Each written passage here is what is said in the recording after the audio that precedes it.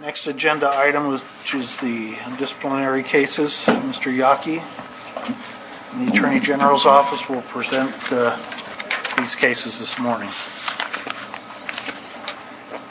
Good morning, council members. So we'll jump right into this. The first matter today is the certification of Brandel D. Bexel. The sustained allegations are assault, domestic violence, and lying under garrity, which falls under Category A of the post-council disciplinary guidelines. Post-recommended disciplinary action regarding this is revocation. And a summary of the facts are as follows. On February 7th, 2013, Bexel was arrested by a local police department for domestic violence involving his wife. During the post-investigation, 2 other domestic violence incidents were discovered.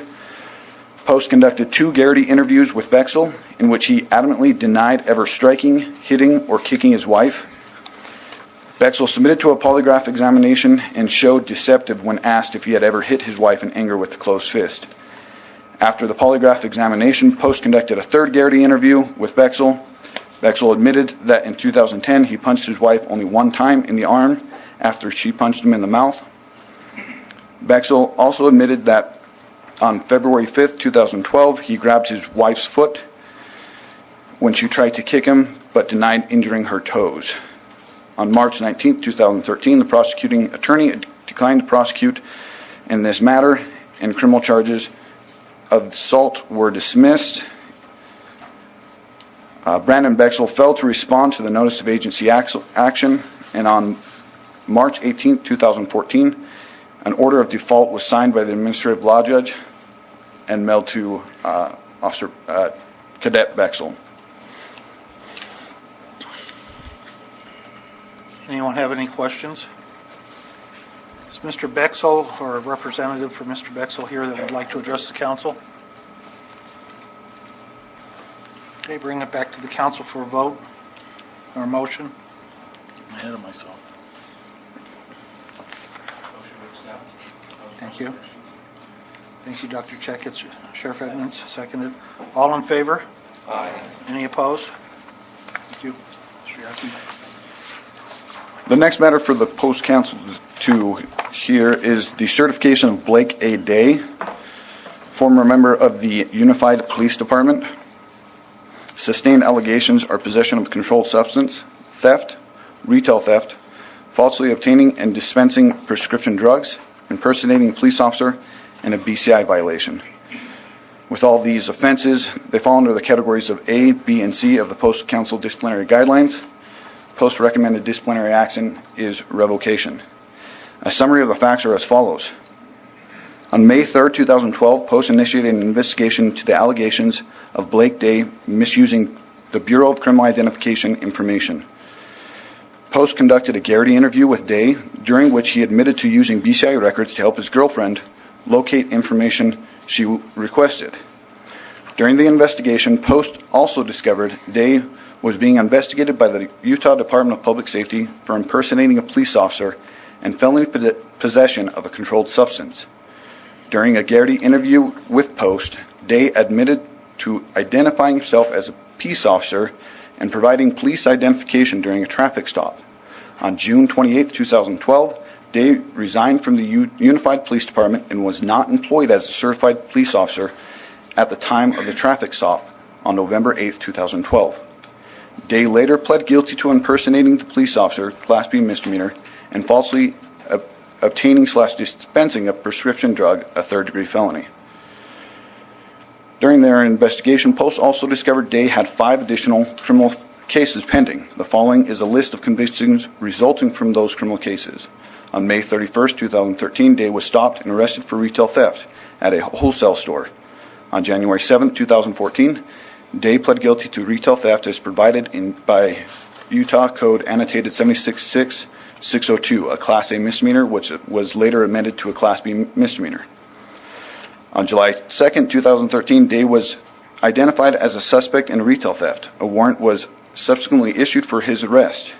He was arrested for the warrant on July 30th, 2013, and on November 21st, 2013, Day pled guilty to theft as provided in Utah Code Annotated 76-6-404, a Class A misdemeanor, which was later amended to a Class B misdemeanor. On July 30th, 2013, Day was detained for retail theft from a retail store. In addition, Day was found to be in possession of drug paraphernalia which tested positive for heroin. On November 21st, 2013, Day pled guilty to possession or use of controlled substance as provided in Utah Code Annotated 58-37-8, subsection 2A, Romanet 1, a third-degree felony. On August 15th, 2013, Day was arrested for retail theft from a retail store. On November 4th, 2013, Day pled guilty to retail theft as provided in Utah Code Annotated 76-6-602, a Class B misdemeanor. And on August 30th, 2013, Day was found to be in possession of oxycodone. And on October 9th, 2013, Day pled guilty to possession or use of controlled substance as provided in Utah Code Annotated 58-37-8, subsection 2A, Romanet 1, a third-degree felony. Post attempted multiple times to contact Day to interview him regarding these convictions. Day did not contact Post to schedule an interview. As a result, Blake Day failed to respond to the notice of agency action, and on May 31st, 2014, an order of default was signed by the administrative law judge and sent to Mr. Day. Okay, any questions? Is Mr. Day or a representative for Mr. Day here that would like to appear before the council? Seeing none, we'll bring it back to the council for a motion. Okay. We have a motion and a second. All in favor? Aye. Any opposed? The next matter for the Post Council is the certification of Timothy J. Brewer, former member of the Grand County Sheriff's Department. The sustained allegations are aggravated assault and assault on a peace officer, which fall under Category A of the Post Council disciplinary guidelines. Post recommended disciplinary action is revocation. A summary of the facts are as follows. On July 11, 2013, Brewer unexpectedly observed his wife and his father engaged in sexual conduct. Upon seeing this, Brewer began to strike his father several times, causing substantial bodily injury. Brewer then retrieved a handgun, returned to the bedroom, and brandished the handgun. Brewer then began striking his father with the gun. Brewer's father was later taken to the hospital, and Brewer later went to the hospital and caused a disturbance, demanding access to where his father was being treated. The hospital staff contacted the local police department. When the police arrived, Brewer was escorted to his house a short distance away. While at his house, Brewer attempted to walk back to the hospital. One of the responding officers stood in front of Brewer to prevent Brewer from going back to the hospital. Brewer pushed through the officer's position, making contact with the officer, and according to that officer, he received a broken tooth as a result of that contact. Brewer pled guilty to assault, a Class A misdemeanor, and assault against a peace officer, a Class A misdemeanor. On May 14, 2013, Timothy Brewer waived his right to a hearing before an administrative law judge and stipulated to the facts as contained in the notice of agency action. Any questions? Is Mr. Brewer or a representative for Mr. Brewer here that would like to appear before council? Okay, please step to the podium and state your name for the record.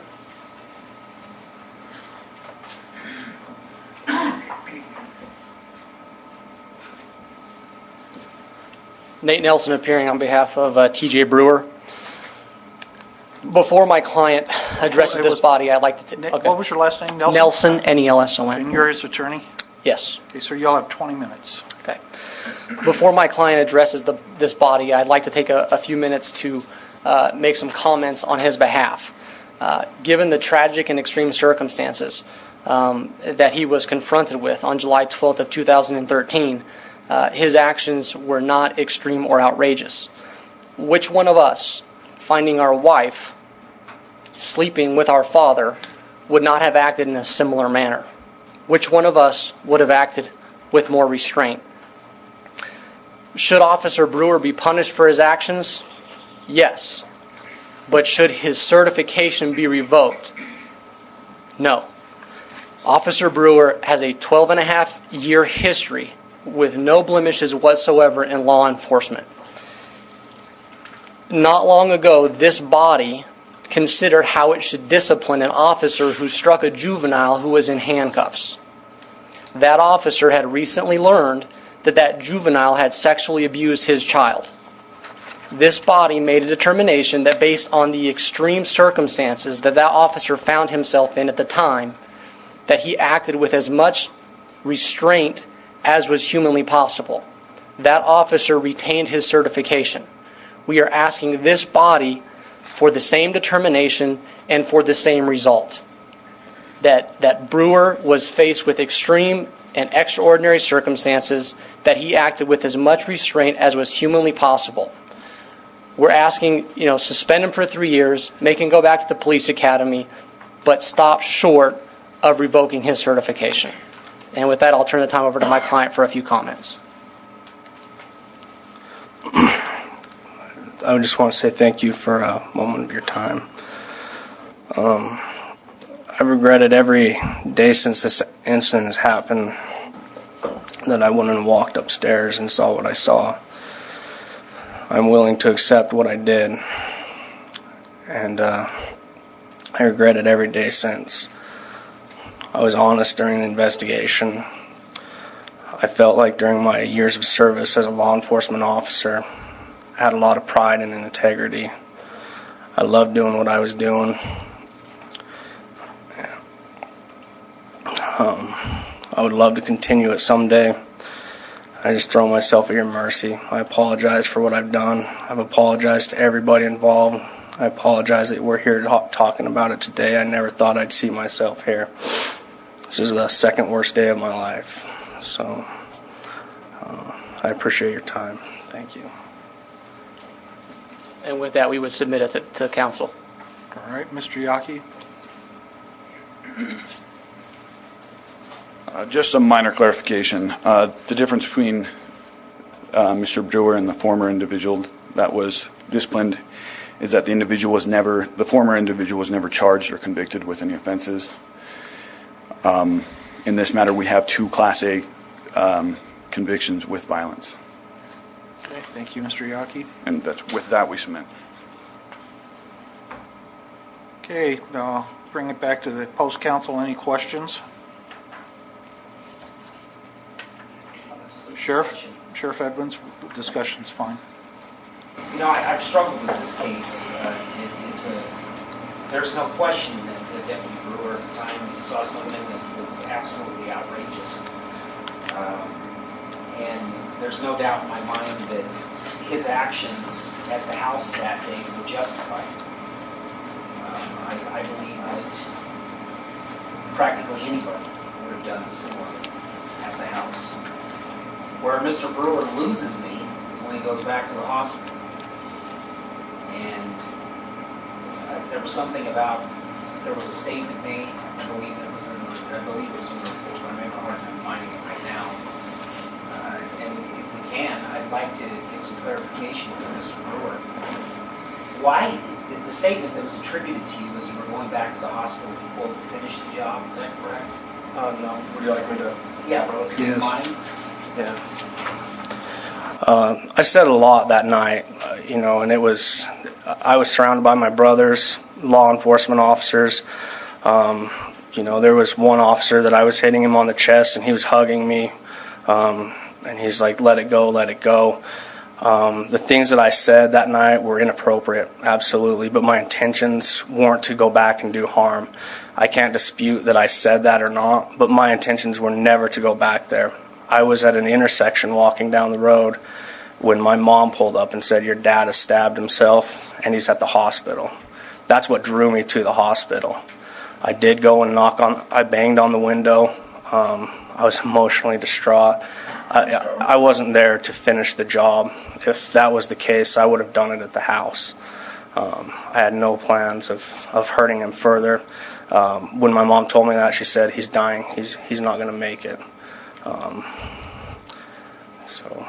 Can I ask a question? Sure. So when you went back to the hospital, to the best of your recollection, Why did you go back? What were you trying to do? What was your intent? The first time, or You went back to the hospital. I only went one time. If I could quickly interject, post counsel, the facts stipulated to, this is just to protect the appeals process and whatnot. But in order to protect this, we need to stick with the facts. He's already waived to the facts, and the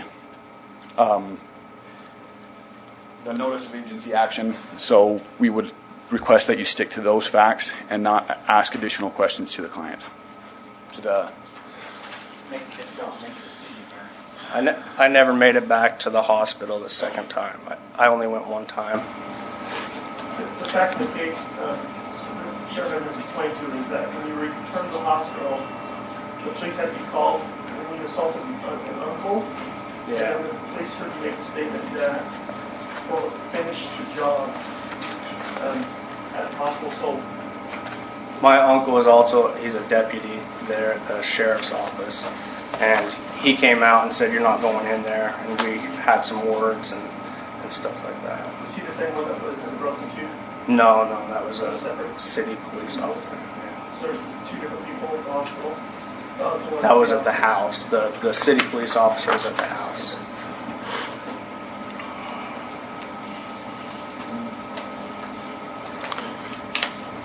Chair? There's no doubt that this is an extreme case. Again, I've struggled with it ever since I heard about it initially.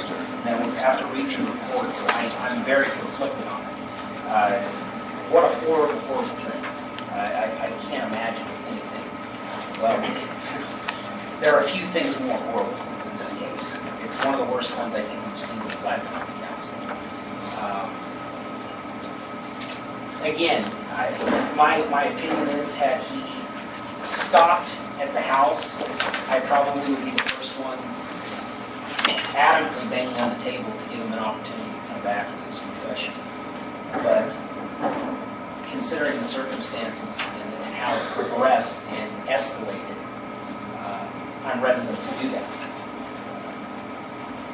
Are we entertaining motions? Are we still considering- Well, if there's more discussion, we'll take the discussion first. Commissioner Gibson? One comment, and I had some similar feelings as expressed, and I don't know if this is one of those things we weren't supposed to hear or not, but my understanding from what was just said was that when we returned to the hospital, we requested his mother, who saw him on the street and told him that his father had been stabbed. To me, that makes it a little different than returning to the hospital with the intent of harming his father. I'm not sure exactly what the rest of the circumstances were there, and as we're stipulating the fact that you asked a question that made me think that you may not have understood what I understood, so I'm hoping that I heard the same.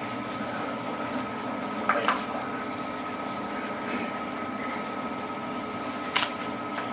you. Any other discussion? Okay, at this point, we'll bring it to council for a motion.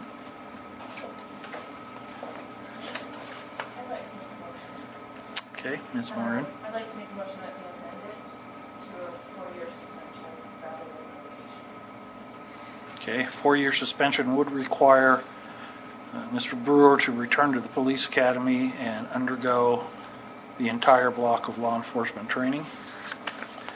Any discussion on the motion? Do we have a second? Mr. Leo? Lucy seconds. Any further discussion? All in favor, say aye. Any opposed? Okay, we'll do a show of hands. All in favor, raise your hand.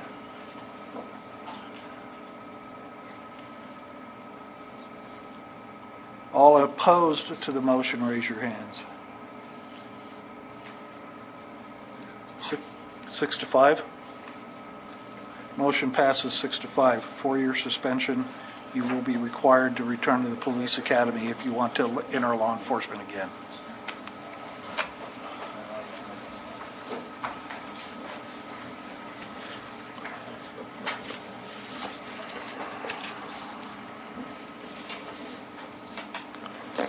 Go ahead, Mr. Yaki. The next matter before the council is the certification of Jonathan Tesh, former member of the Weber County Sheriff's Office. The sustained allegations are sexual conduct while on duty, which falls under Category B of the post-disciplinary guidelines. Post-recommended discipline action is a 3-year suspension. A summary of the facts are as follows.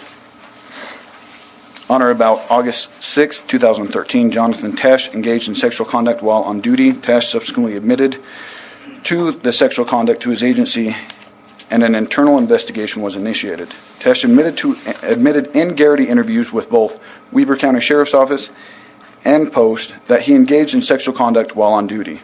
Tesh resigned from the Weber County Sheriff's Office on August 30th, 2013, and on June 3rd, 2014, Jonathan Tesh waived his right to a hearing before an administrative law judge and stipulated to the facts as contained in the notice of agency action.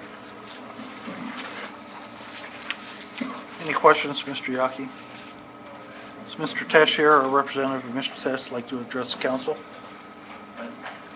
Okay, please step forward and state your name for the record.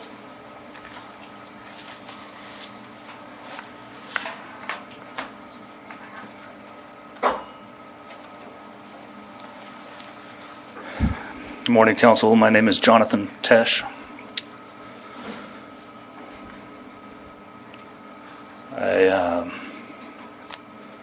I'm humbled to be here in front of you, this council, this morning. And I appreciate your time and dedication to your service in your different agencies. At this time, am I able to speak? Okay. Your turn. Just a little background on myself, as I've been a veteran of the Weber County Sheriff's Office for 17 years. I've been an exemplary officer through those years as a correctional officer in the jail. Also, I've been a reserve for Ogden City for 18 years.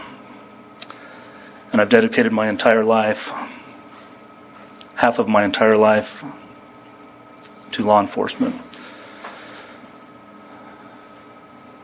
And in the time since August, I've gone through a lot of difficulties, a lot of loss, but I've also learned from this experience. And I will continue to learn. And throughout my career, I've accomplished many things, as much as you have accomplished in your different careers as well, and I'm sure. And I am indeed dedicated to serving in law enforcement. And I ask the council to take that in consideration, that I will learn from this experience and that I will grow from this experience. And I'm grateful for this opportunity to go through this experience, to learn, and to be a better officer and be a dedicated person, not only in law enforcement, but in my family life, my home life, my spiritual life. I have been recently rehired with the Sheriff's Office with full support of the Sheriff and my co-workers. And I'm grateful for that. And I look forward to the day that I become rehired with the Weber County Sheriff's Office. And I ask the council to be lenient on what the sanction may be. And whatever the sanction is, I'm accepting, and I take full responsibility of my actions. And they were my actions alone. And I submit and humbly submit this to you, the council. Okay, thank you, Mr. Tesh. Any questions? Mr. Yaki? Nothing in rebuttal. Thank you. Any further discussion? Commissioner? I am a Weber County Commissioner, so this individual works for Weber County, so I just want to put that on the record. And also say that I don't know him from Adam. I've never met Mr. Tesh to my knowledge. Certainly, I certainly don't know him other than now that I see his face, I may have seen him somewhere. So that's the extent of our relationship. However, I have read the information and I have studied the letter from Sheriff Thompson that's in the packet. And I would just like to submit that Sheriff Thompson views this indiscretion as serious, but yet an anomaly of character for this individual. And moreover, he sees some mitigating circumstances, including in the third paragraph of the letter, he mentions that if this individual had not been completely honest in bringing the violation to the sheriff's attention, we may have never known the circumstances surrounding the behavior. And so I feel like with those mitigating circumstances, I would like to see us consider a recommendation of an 18-month suspension, which is the minimum in this category.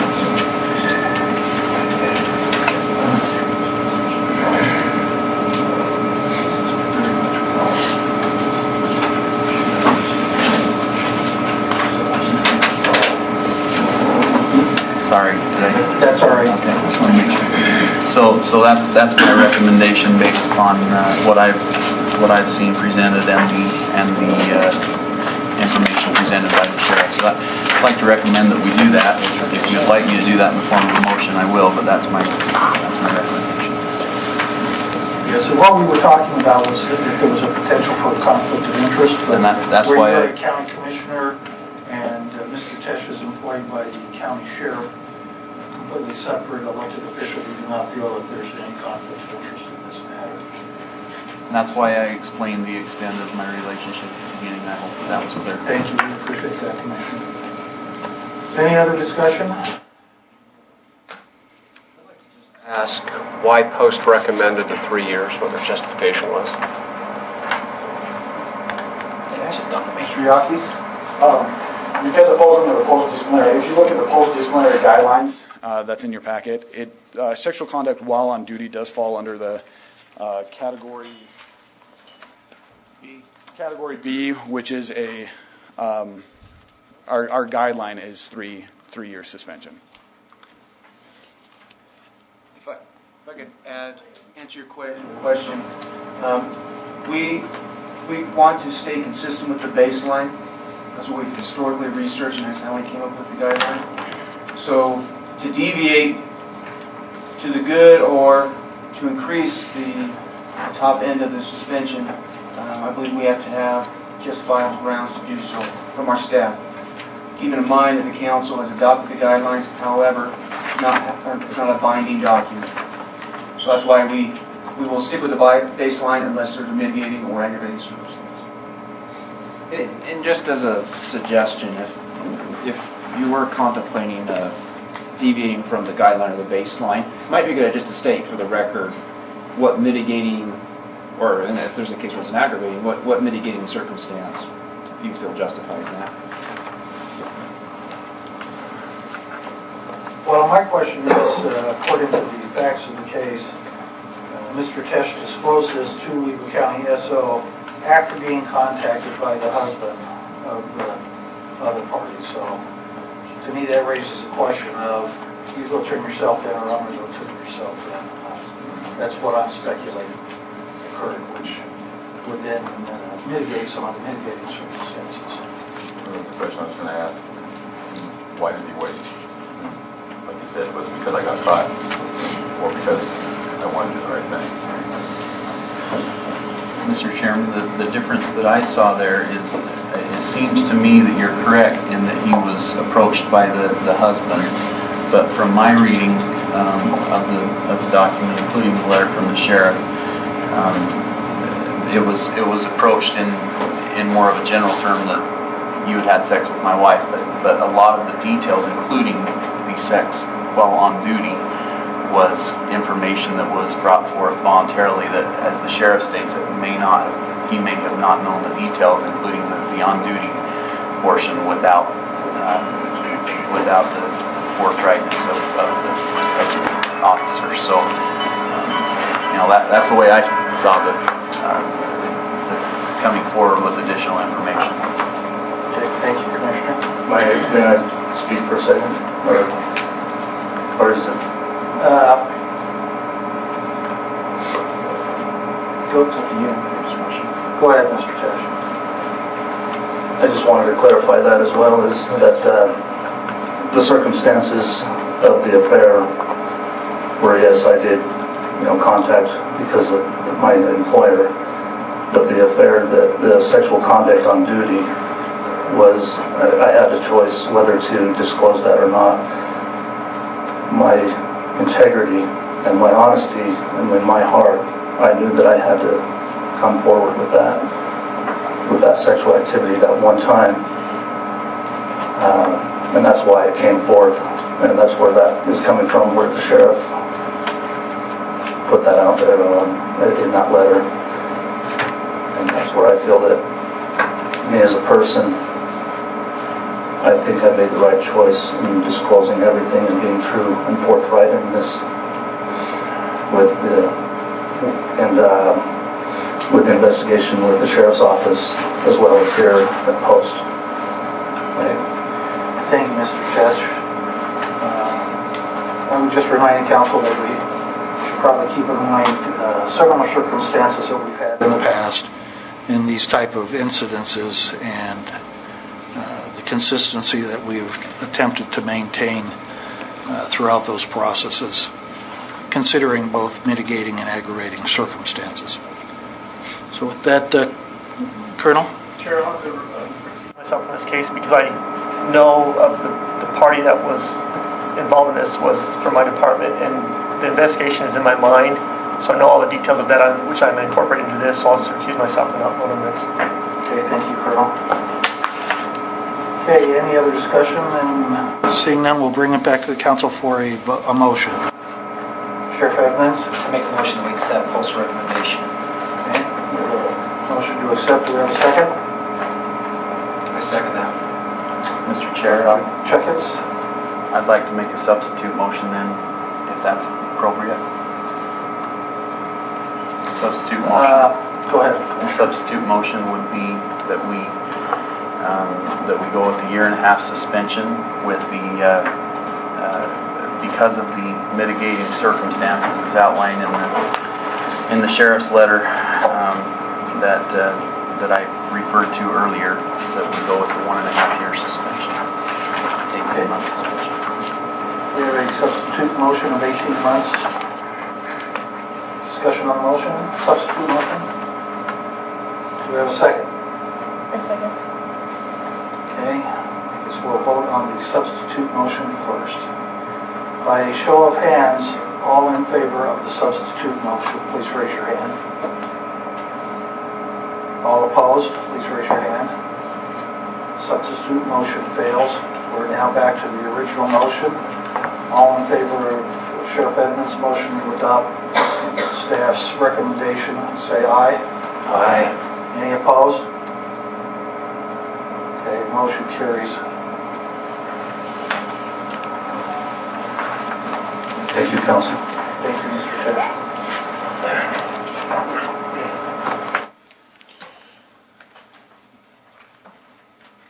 The next matter for the council is the certification of Rodney Hodson, former member of the Sanpete County Sheriff's Department.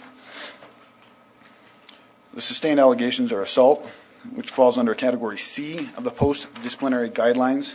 Post-recommended disciplinary action is a 2-year suspension. A summary of the facts are as follows. On June 25, 2013, Rodney Hodson slapped a female patient's face. Hodson, who was employed part-time as an emergency medical technician, responded to the patient's residence for a medical emergency. The patient was non-compliant and was using abrasive language. Hodson became offended at the language and slapped the patient on the face. The patient was restrained on a medical gurney at the time of the assault. During an interview with Post, Hodson admitted to slapping the female patient's face while she was restrained on the gurney. He entered into a plea in advance by pleading guilty to assault, a Class B misdemeanor. On March 24, 2014, Rodney Hodson waived his right to a hearing before an administrative law judge and stipulated to the facts as contained in the notice of agency action. Any questions from council? Okay. Oh, Sheriff Smith. Was he charged for assault? Yes. He was charged with assault and did plead guilty to a Class B misdemeanor plea in abeyance. Is Mr. Hodson, is Representative Mr. Hodson here this morning?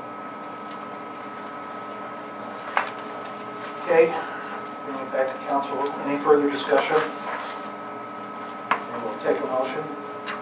Move to accept. Second. Okay. Did you get that, John? Okay, thank you. All in favor? Aye. Any opposed? The next matter for the council is certification of Jamie L. Olson. The sustained allegations are assault and public intoxication, which falls under Category C of the Post-Council Disciplinary Guidelines. Post-recommended disciplinary action is an 18-month, is a 2-year suspension. A summary of the facts are as follows. On April 28, 2013, Jamie Olson was arrested for assaulting a man in a bar. Witnesses stated Olson came into the bar and, using his right arm, which was in a cast, struck a male patron on the top of his head. The man sustained a laceration to his head and was transported to a local hospital.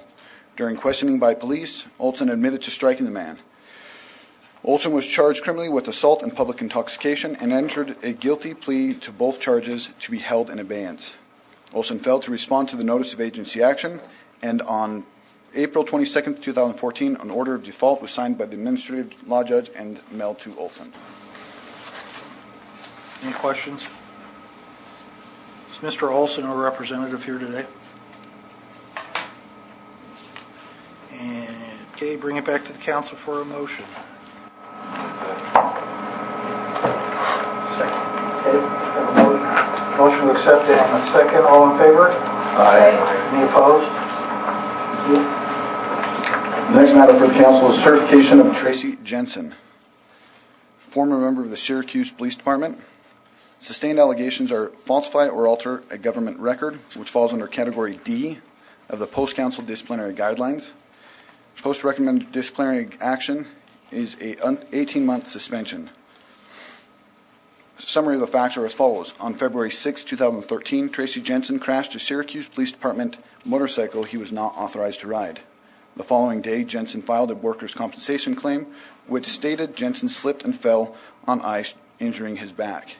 An internal affairs investigation was opened when it was discovered that Jensen had crashed the motorcycle, failed to report it, and falsified his workers' compensation form. Jensen resigned from the Syracuse Police Department before the internal investigation was complete. Syracuse Police Department referred the investigation to the local county attorney's office for possible criminal charges. During the criminal investigation, Jensen claimed he slipped and fell on ice earlier in the shift prior to crashing the motorcycle. Jensen was vague about the time and location of the fall, but claimed it was during a traffic stop. The investigator was unable to corroborate Jensen's story after searching the police dash cam video from that evening. In a subsequent interview, Jensen admitted to the fall occurred on a traffic stop at a different location, and a stop was recorded but did not document that fall. Jensen was charged with falsifying a government record and entered into a guilty plea to the Class B misdemeanor. On May 8, 2014, Jensen waived his right to a hearing before an administrative law judge and stipulated to the facts as contained in the notice of agency action. Any questions? Is Mr. Jensen or a representative from Mr. Jensen here this morning? No? Okay, back to council for a motion. Chairman, I just point out to the council members that there is a letter in your packet from the chief of Syracuse that came to us late, was not able to be mailed out. Take a few moments to allow you to read the letter. Chief Acton. Do I have a second? Bailey? I know a lot of doctors on the post council. Yes, we are. Nobody. That's a good thing. Okay, we have a motion. Sheriff Evans. Can I make a substitute motion? Yes. I make the substitute motion that we amend reject post recommendation and amend it to a 2-year suspension as requested by the chief. I think he makes some compelling arguments there. Okay. We have a substitute motion. We have a second of the substitute motion. We have discussion on the substitute motion. Like it is, I just withdraw my motion. Okay. Dr. Butters will put on his. Dave Evans has convinced me. He is very convincing. All right. We'll now take a vote on the substitute motion of a 2-year suspension. All in favor? Aye. Any opposed? Motion carries. 2-year suspension. The next matter is a certification of Jason C. Golightly. The sustained allegations are driving under the influence and driving on a suspended license, an open container in a motor vehicle, which falls under category D and E of the post-council disciplinary guidelines. Post-recommended disciplinary action is 18 months suspension based on the multiple violations. A summary of the facts are as follows. On September 16, 2012, Jason Golightly was stopped for a window tint violation. During the traffic stop, it was discovered Golightly had consumed alcohol and had an unsealed bottle of liquor in the passenger compartment of the vehicle. Golightly performed the standardized field sobriety test, which indicated no signs of impairment. Golightly submitted to a portable breath test, which indicated his breath alcohol content was above 0.08. Golightly was arrested for an open container and transported to the county jail, where he submitted to an intoxilizer test. The intoxilizer test indicated Golightly had a breath alcohol content of 0.082. Golightly was booked into jail for open container. The charge of driving under the influence was later added by the county attorney. On October 16, 2012, Golightly pled no contest to driving under the influence, a Class B misdemeanor. The charge of open container was dismissed. Then on December 1, 2012, Golightly was stopped for speeding. During the course of the traffic stop, it was discovered that Golightly's driver license was suspended. Golightly was issued a citation for speeding and driving on a suspended driver's license.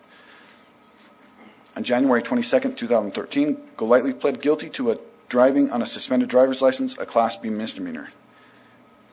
On June 3, 2014, Jason Golightly waived his right to a hearing before an administrative law judge and stipulated to the facts contained in the notice of agency action. Okay, any questions? Is Mr. Golightly here, or a representative from Mr. Golightly? No? Okay, bring it back to council for discussion. Any further discussion? Do we have a motion? Sheriff Tracy moves to accept. A second? I'll second. Cook, all in favor? Aye. Any opposed? The next matter is a certification of Larry Carver, former member of the Syracuse Police Department. The sustained allegation is a BCI violation, which falls under Category E of the Post-Council Disciplinary Guidelines. Post-recommended disciplinary action is a 1-year suspension based on the multiple violations. A summary of the facts are as follows. Between September 6, 2013 and September 12, 2013, Larry Carver accessed Bureau of Criminal Identification records for personal reasons. During a Syracuse Police Department internal investigation, Carver admitted he accessed BCI records while off duty to acquire the marital status of 2 female police cadets. Criminal charges are pending. Carver was terminated on October 1, 2013, and on June 3, 2014, Carver waived his right to a hearing before an administrative law judge and stipulated to the facts as contained in the notice of agency action. I take it from this that criminal charges were never filed? They are pending as of right now. We do not have. Last I heard, they are still pending. Davis County's got to do that case. Okay. Thank you. You'll note that there's a letter from Chief Atkin in your packet. Take a few minutes to allow you time to review its contents. Okay.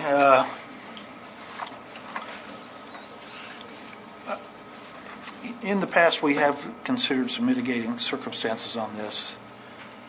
when an individual perhaps runs a family member. In this instance, we have an officer that accessed BCI records for what appears to me to be arranging dates with police academy students, which is clearly an unauthorized use of the BCI records. And I don't necessarily agree with Chief Atkins' request for a lighter sentence. Regardless, he was terminated on 10/1, so this will take effect. This would last till when, Director Stevenson? When was this dated? He was terminated 10/1/13, and so a year and a half. That's 1 year. 1 year. It's 1 year. 10/1. So we're coming up on that in a fairly short period of time, so that's my read on it. Is Mr. Carter here this morning? Or Representative Mr. Carter? No? Okay, bring it back to council. Any discussion? Do we have a motion? Motion to accept 1 year. Thank you. Second by Sheriff Tracy. All in favor? Aye. Any opposed? Okay, thank you. The next matter before the Post Council is the certification of Robert Wallace, former member of the Utah Department of Corrections. Sustained allegations are electronic communications harassment and disorderly conduct, which falls under Category D and C of the Post Council disciplinary guidelines. Post recommended disciplinary action is a 1-year suspension. A summary of the facts are as follows. On May 12, 2012, Robert W. Wallace engaged in texting conversation with the ex-husband of his wife. During the texting, Wallace threatened to physically assault the ex-husband if he ever came to Wallace's property. Wallace also threatened to shoot the ex-husband in the head if Wallace was in the mood. The ex-husband reported the threats to the local police department, who conducted an investigation. During an interview with Wallace, the threats were corroborated. Wallace was charged with disorderly conduct and electronic communications harassment. On July 12, 2012, Wallace entered into a plea of guilty to a charge of disorderly conduct, and the electronic communications charge was dismissed. On March 22, 2013, Post conducted a Garrity interview with Wallace. Wallace admitted he engaged in text messaging with the ex-husband, during which Wallace threatened to physically assault and shoot the ex-husband.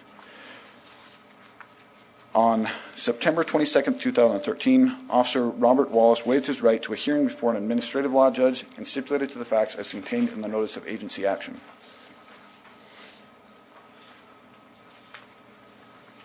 Any questions? Is Mr. Wallace here this morning, or a representative from Mr. Wallace? No? Okay, back to the council. Discussion? Mr. Chair, I need to recuse myself from the vote. Thank you, Director. Motion to accept by Mr. Lucy. Do I have a second? All in favor? Say aye. Aye. Any opposed?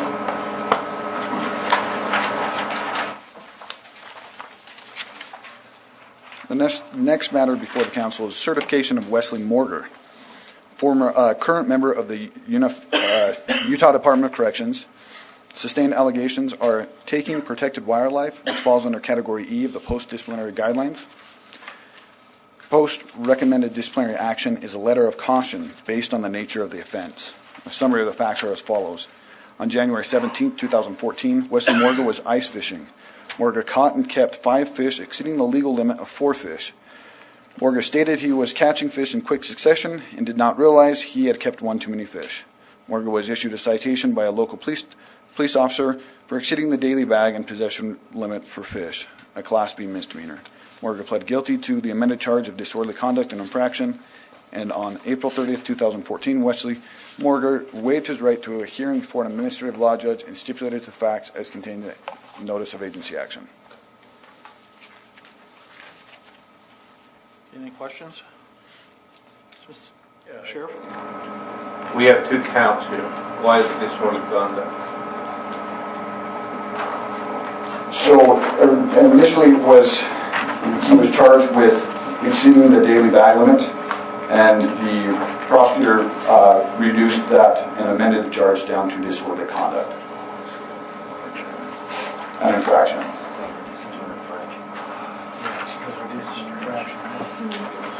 Mr. Morgan here this morning. Rest with Mr. Counsel,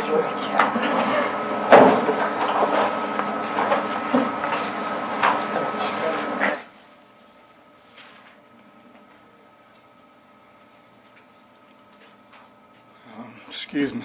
First off, I'd like to apologize for even being here. I fished and hunted my whole life. I don't break the law. I don't have these kind of violations. It was a heat of the moment kind of deal. I had made a pole holder, fish catcher, mousetrap kind of deal. I had a 2-pole permit. The mousetrap was working. I'd caught several fish, had them on the ice. I'd released a fish or two. At the point where I had the 5th fish, I had a fish on. I fought it to the hole. As I was bringing it out of the hole, my other pole started bouncing. I'd caught another fish. I released the fish. I took the fish, took the hook out. I slid it on the ice, and I ran over and got the other pole. I brought that fish up, released it, and put it down the hole. Went back, sat. Me and my buddy were talking. I was excited about the mousetrap working. I wasn't paying attention how many fish I actually had on the ice. 15, 20 minutes later, an officer approached me, didn't know he was an officer. He came up. As he was approaching us, and the other pole started going off again. I went over and was fighting a fish there. He come up, he asked us how we were doing, said it looked like we did pretty good. He asked me what the score was. At that point, I could see he was standing next to 4 fish on one side of him and 1 fish by his left foot, which gave me a total of 5. I knew my buddy hadn't caught any fish. I told the officer the score is 5-0. He acknowledged that. He asked me for my ID and my fishing license, at which time I gave him that. While I was talking to him, I brought the other fish in that I had. I released it down the hole while I was talking to the officer. And he took my identification, left, came back later, and gave me the citation. I went to the Paiute County Courthouse, went through the hearing with the judge and stuff. The judge asked me why I didn't tell the officer the 2 of the fish were my buddies. I told the officer that, or I told the judge, explained to the judge that the officers were within 40 yards of us. We'd been fishing together for probably 2 hours. They were aware that I was catching the fish, and I wasn't going to lie to the officer. At that point in time, he asked the deputy that was there some questions. The deputy said, yeah, that it was an issue, that I was held to a higher standard. He asked me about how I pled, and I told him if I plead guilty to this, it could influence or affect my certification. The judge was concerned. He asked the officer about it and asked me where I worked, and I told him that I was employed with the Department of Corrections. He asked me then why I didn't tell the officer that 2 of the fish were my buddies. And that's how that went. I told them I wasn't going to lie to the officer. I could see the 5 fish. Didn't realize I had the 5 fish. I told the officer the score's 5-0. And then he did what he did. The judge also asked me at that point in time why I didn't let the officer know I was an officer with the Department of Corrections. I told him that I wasn't going to try and buy my way out of a ticket, that would even be worse than trying to make my buddy the accessory in this incident. It wasn't intentional. There was no criminal intent. There was no malice. It was just a heat of the moment thing. It was a mistake. And like I say, I apologize for even being here. I don't do these kind of things. That's all I got to say. Okay. Thank you, Mr. Mortar. Any questions from council? Director Stevenson would like to address the council. Just in case there's a question of why recommending a letter of caution for a Class B misdemeanor. Remember, we broke out the Class B category for these types of situations so that in a situation like this, we can reach a letter of caution. Any discussion? Entertain a motion. Motion to accept. Motion to accept. Do we have a second? Chair, I need to recuse myself. Thought you would. Sorry. Director. Yeah. I'll second. Sure. All in favor? Any opposed? Letter of caution.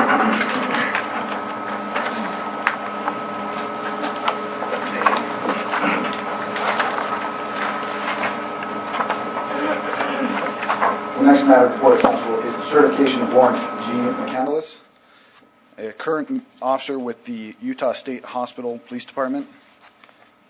The sustained allegations are electronic communications harassment, which falls under Category E of the Post-Council Disciplinary Guidelines. Post-recommended disciplinary action is a letter of caution based on the nature of the offense.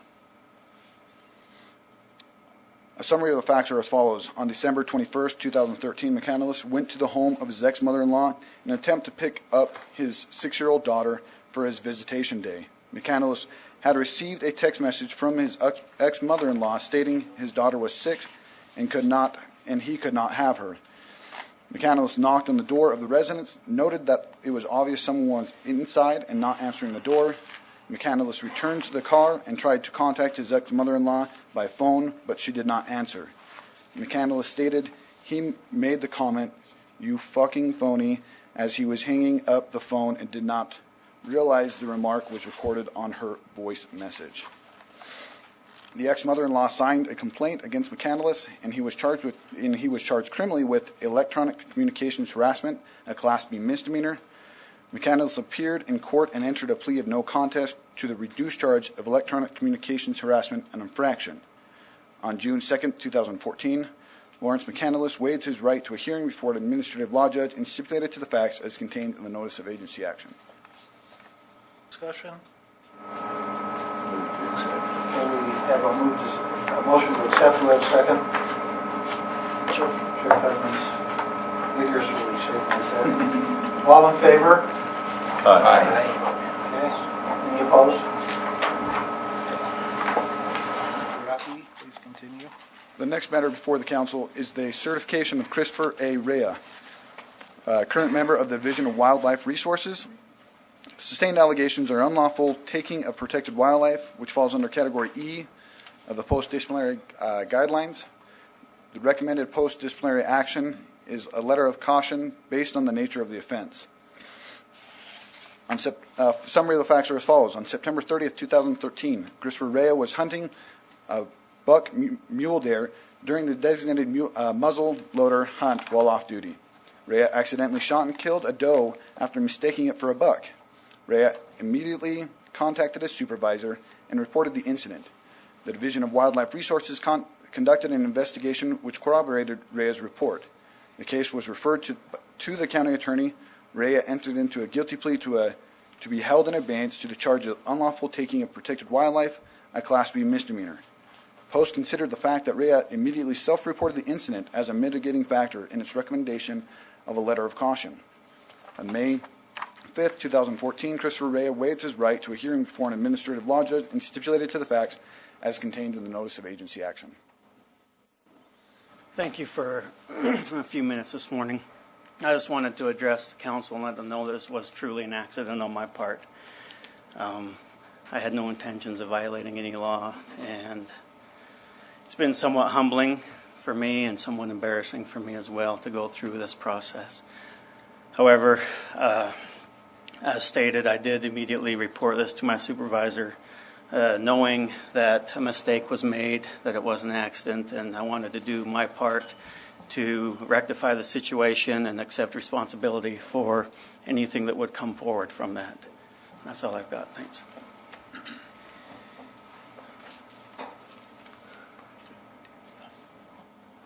Mr. Ray, did you receive any discipline from your department?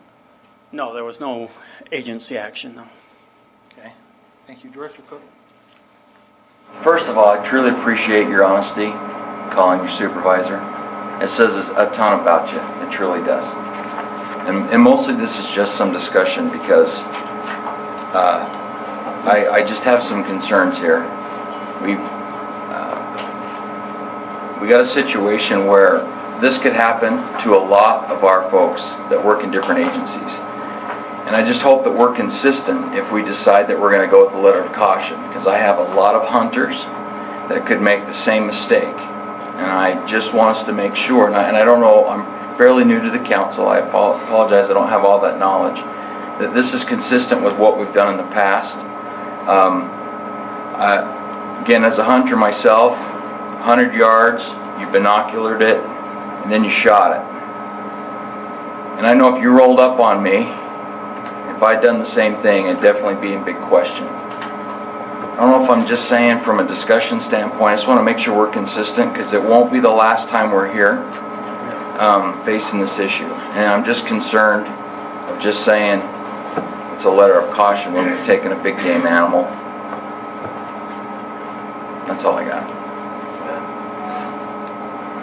Sheriff Smith, do you have comments?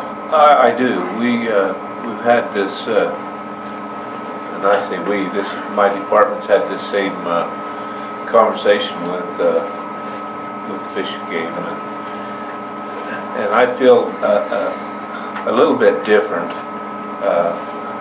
I commend this officer for doing exactly what he did.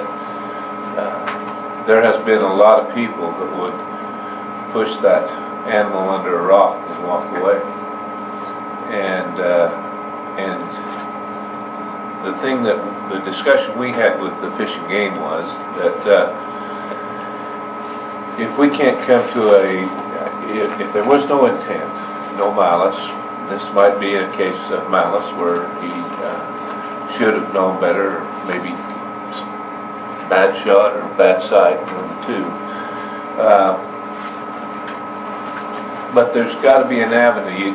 If you turn yourself in for making a mistake, and as this officer did in reading this, he also cleaned, dressed the meat, brought it to his supervisor, marked his tag, lost his hunt, lost the deer. He has already lost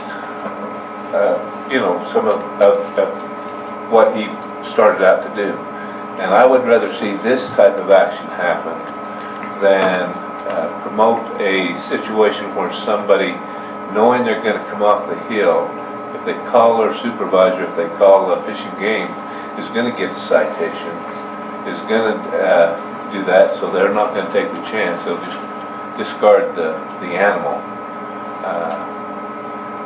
We kind of had a discussion with that last year with Fish and Game, and they agreed that they need to really think about issuing a citation on a situation where they turn themselves in, if it was actually a mistake. Just a comment. Bailey, you have comments? That's the question. Does anybody know what would happen in the courts if a civilian did the same thing? I'm not familiar with hunting, so I'm just kind of curious. Attention's glad to hear the question. What would happen to a civilian if the same thing happened? That's great. They probably get cited. Probably get cited. Do the courts take this into consideration if they approach the officer and turn themselves in? I would assume that most courts would. I'm not a hunter, so I'm just kind of curious. I know, if I may, I know in talking to the director at DNR, he said that they are going to train their officers more in discretion, so they cannot. I mean, they're not required to issue a citation. They can hear the facts, and they can choose whether to write a citation or not. Have you heard that in your training? Absolutely. Yes, that's correct. Yeah, I think we might be getting out a little bit from the facts of the case, so we need to bring it back. Any more discussion on this? Commissioner? My comment is just, I think I agree with Sheriff Smith. I don't know, frankly, what a letter of caution does in your file, but what kind of a detrimental effect that may have in the future for this individual. But I will say that it seems to me, from everything that I've read here, again, that he did everything appropriately after making, having what I would consider to be an accident. I mean, to me, it's similar to a fender bender on a freeway where you didn't do anything wrong, but you had a fender bender, and then you took appropriate action afterwards to remedy that accident. And so I think it makes, I'm concerned about any punishment here, because I think it was an accident to be then handled appropriately. So I can support the letter of caution if that doesn't have negative impact in the future. Because I worry. I think what we want to have happen, as Sheriff Edmonds described, is when a situation like this occurs, where an accident happens, that then appropriate action is taken by the individual to make sure that he harvests and takes the proper steps afterwards. And it seems like that's what was done here in this case. I think there's one factor that has not been brought up, however, in this discussion. And I don't necessarily disagree, but the uniform that he's wearing this morning is that of a wildlife resource officer. I would certainly expect him to do exactly what he did because he's one of their officers. He knew what should happen. And we're not dealing with a run-of-the-mill citizen that's out in the hills and erroneously shoots a deer. We're dealing with somebody his career is the management of our wildlife resources throughout the state.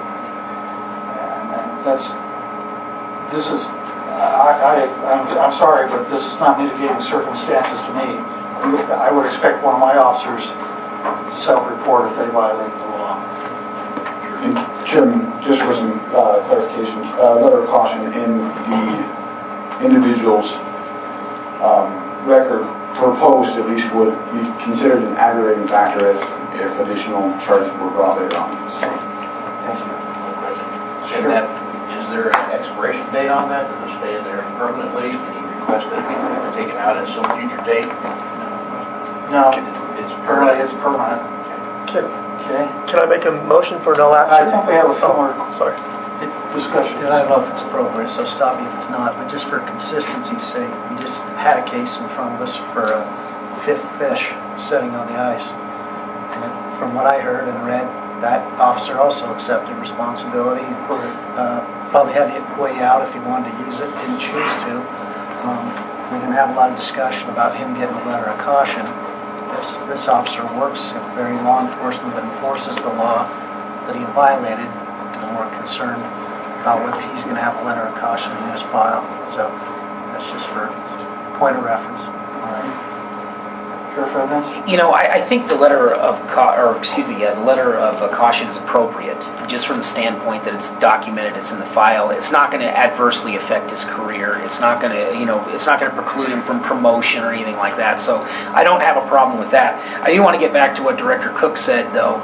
I think we do need to be cautious and make sure that we aren't, engaging in disparate treatment. If we have a officer from Layton that does the same thing, then we should definitely look into and make sure that our punishment is similar to that. Yeah. And there have been times where we've had big game animals taken and they've come before this body that, there's a lot of hemming and hawing, I think, with the group. But I think his actions were appropriate. I think he did everything right. But I like the fact that it's documented, because if something like this were to happen again in the future, we've got this now as a letter of caution. So that's the way I see it. Just to answer Mr. Bailey's question, not that it has bearing on this proceeding, just for context, in addition to what goes on in the criminal court, again, not that it has bearing on here, but there's also, DWR also has a adjudicative proceeding that can suspend people's hunting and fishing privileges. I know that because I used to be a hearing officer for DWR, and so that is part of the process when someone decided to, just for context. The only reason I ask because the public thinking, well, he's getting off because he's an officer. If I did the same thing, I'd be going to court and paying a few $100 all the time. I agree. I think he did everything he needed to do. I was just concerned about the disparity between an officer and a civilian. Okay, any further discussion? Okay, we'll entertain a motion. I'll make the motion to accept. Okay, we have a motion to accept by Sheriff Smith, seconded by Sheriff Tracy. Any discussion on the motion? Okay, all in favor, say aye. Aye. Any opposed? Okay, motion carries.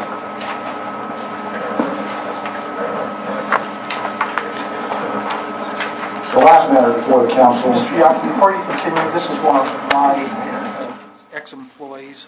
So if by chance this goes to a tie vote, I'm going to turn the chair over to the vice chair, Sheriff Smith. Thank you, Chairman. The last matter before the post council is the certification of Tracy L. Wells. She is a former member of the Layton City Police Department. Sustained allegations are unfit for duty, which falls under Category G of the post-disciplinary guidelines. The post-recommended disciplinary action is an indefinite suspension. A summary of the facts are as follows.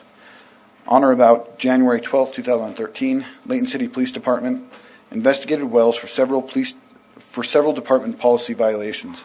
During the internal investigation, Wells' close friends committed suicide.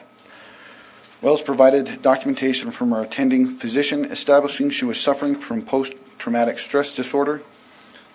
Layton City Police Department then sent Wells to an independent physician who determined Wells was not fit for duty as a peace officer. After the fitness for duty evaluation, Wells was granted 12 weeks of FMLA leave and an additional 4 weeks of unpaid leave. Wells failed to return to work at the end of the leave and moved out of state. Wells was subsequently terminated from the Layton City Police Department on June 18, 2013. And on May 21, 2014, Tracy Wells waived her right to a hearing before an administrative law judge and stipulated the facts as contained in the Notice of Agency Action. Any questions, Mr. Yockey? Is Ms. Wells or a representative here this morning? Yes. Okay. Mr. Nelson?